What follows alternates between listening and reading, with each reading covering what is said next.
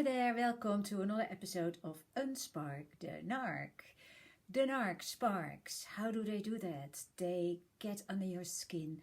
They really know what makes you tick. And then, there you go. You're upset, you're emotional, you're angry, you hate them, you don't understand.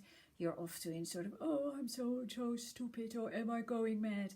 Lots and lots of different things could be sparked by the narc. And none of those are fun. None of those are helping your happiness and well-being. So it makes sense then to learn on how to unspark the narc. Because if you can do that, you take control of them and your reaction to their behavior. In order to do that, you have to understand what they're doing. You have to see through their intention. You have to think like, oh man, before you even say it, I know what you're after. Getting to know the narc is really important. And this series is helping you bite-sized little bits, every episode, a little element that will help you to see something around them and something that you can then sort of stop sparking because you get it, you understand it. Today I'm going to talk about a pattern for between you and your narc if you see your narc very, very regularly, say every day. If your narc is a family member where you live with, if your narc is a colleague or your boss, if your narc is a friend who is all over you or a part in your life all the time. Yeah. And the pattern is as follows. Look, I put it here. It's like a statistic. The blue lines, the blue V's are good days. Oh, I love good days. A good day is when the narc is not sparking. When you're like, oh, they're so lovey-dovey. Oh, they're all listening to me. Oh, you see, we've turned the corner. Everything is fine. And then... So say 7 boxes are 7 days of the week. So 1 week, a brilliant week. And then it starts the next week. It's a bad day. And the week after that, there are 2 bad days. And then they're building up to 3. And then a few weeks later, here you are. There is hardly a good day. So what narcs do, they're very clever. They build it up, they build it up, they build it up. It's always gradually.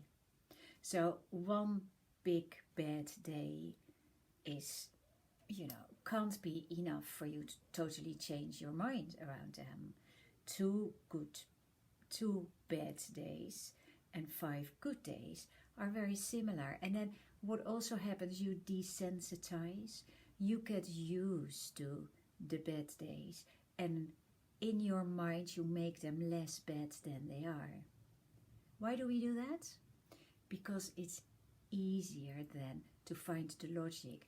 It's easier to be at peace with what happens. It's called cognitive dissonance. It's when something doesn't feel right, your head makes it right. So say your narc is totally unreasonable, is really, say it's your boss. He's blaming you for something that has nothing to do with you again. And instead of you being then really angry and saying, ooh, now it's enough, I'm going to do something about it, you say in your head to yourself, well, he has been or she has been very, very busy. I get it. I'm a little bit overstretched and overstressed, and I just have to sort of allow that to happen from time to time. So you make it acceptable. The unacceptable becomes acceptable, and it isn't.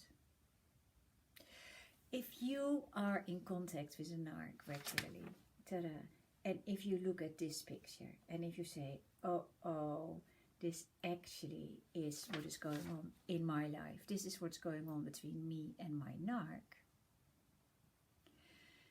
Just ask yourself if you are using cognitive dissonance to make it okay, If you're desensitized, if you say, oh, well, it's not as bad, I'm sort of used to it. If you really step away from it, are there unacceptable things happening that you think or act as if they are acceptable?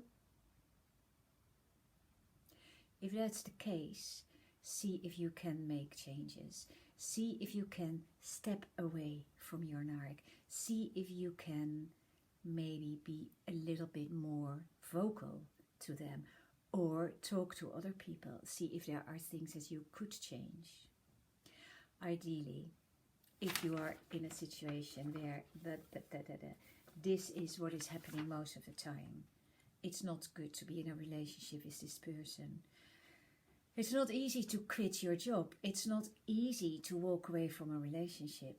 Sometimes that's an option that you might have not considered. And sometimes it's the only option to really keep yourself safe and sane. This is not an easy message today. But just consider, if you recognize this pattern in the relationship with your narcissist, something should change. And it's never them who change, but it's you who can change. I leave you with that thought. Bye for now.